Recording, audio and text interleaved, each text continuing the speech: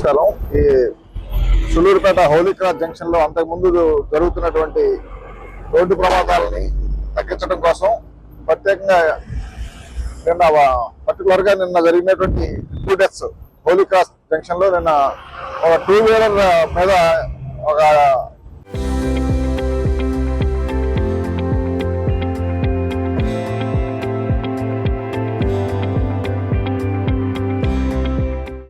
ఒక లేడీ ఒక జెంట్ వెళ్తా ఉంటే వెనక నుంచి వచ్చినటువంటి లారీ హిట్ ఇచ్చింది. దానివల్ల 2 చనిపోయారు.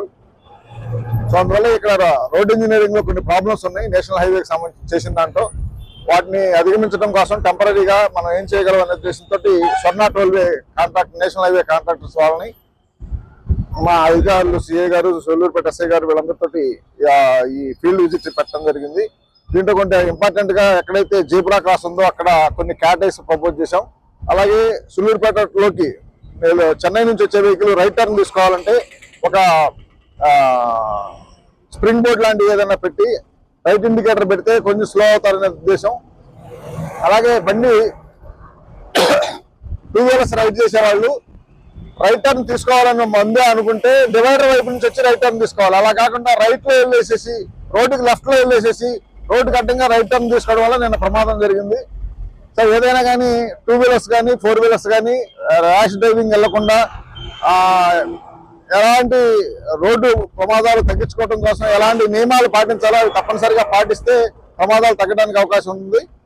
దీన్ని తగ్గించడం కోసం నిర్మాణాత్మకంగా ఏమేమి చర్యలు తీసుకోవాలో ఇలాంటి పాయింట్స్ అంటే హోలీ క్రాస్ జంక్షన్ ఒకటి, చెంగాళమ్మ క్రాస్ దగ్గర, బోలింగాలపేట క్రాస్ దగ్గర ఇలాంటి దగ్గర కొన్ని నేషనల్ హైవేస్ ద్వారా కలిసి అంతకుముందు జాయింట్ విజిట్ చేయడం జరిగింది. అప్పుడు అనుకున్నటువంటి చర్యలన్నీ ఇమీడియట్ గా గ్రౌండ్ అయ్యేటట్టుగా పనులన్నీ చేపించడం కోసం కొంచెం మోటివేట్ చేస్తున్నాం. వీళ్ళని త్వరగా అవన్నీ చేస్తాం. దయచేసి రోడ్డు యూజర్స్ ఎవరైనా తప్పనిసరిగా వాళ్ళ రోడ్డు నియమ నిబంధనలు తప్పనిసరిగా పాటించాలి, స్లోగా పోవాలి, హెల్మెట్ పెట్టుకోవాలి, రోడ్డు రైట్ టర్న్ తీసుకునేప్పుడు ముందు ఎలాంటి జాగ్రత్తలు తీసుకోవాలి, ఇలాంటివన్నీ తప్పనిసరిగా పాటించాలని కోరుతున్నాం. అందరికీ నమస్కారం. నిన్న జరిగినటువంటి సందర్భం ఏదైతే ఉందో, యాక్సిడెంట్ ఏదైతే ఉందో అది చాలా దురదృష్టకరం. సో ఏంటంటే ప్రతి ఒక్కరు కూడా రోడ్డు మీదకి వచ్చేటప్పుడు రూల్స్ అండ్ రెగ్యులేషన్స్, ప్రొసీజర్స్ కానీ పూర్తి విధంగా మనం పాటించాల్సిన అవసరం అయితే ఖచ్చితంగా ఉంటుంది.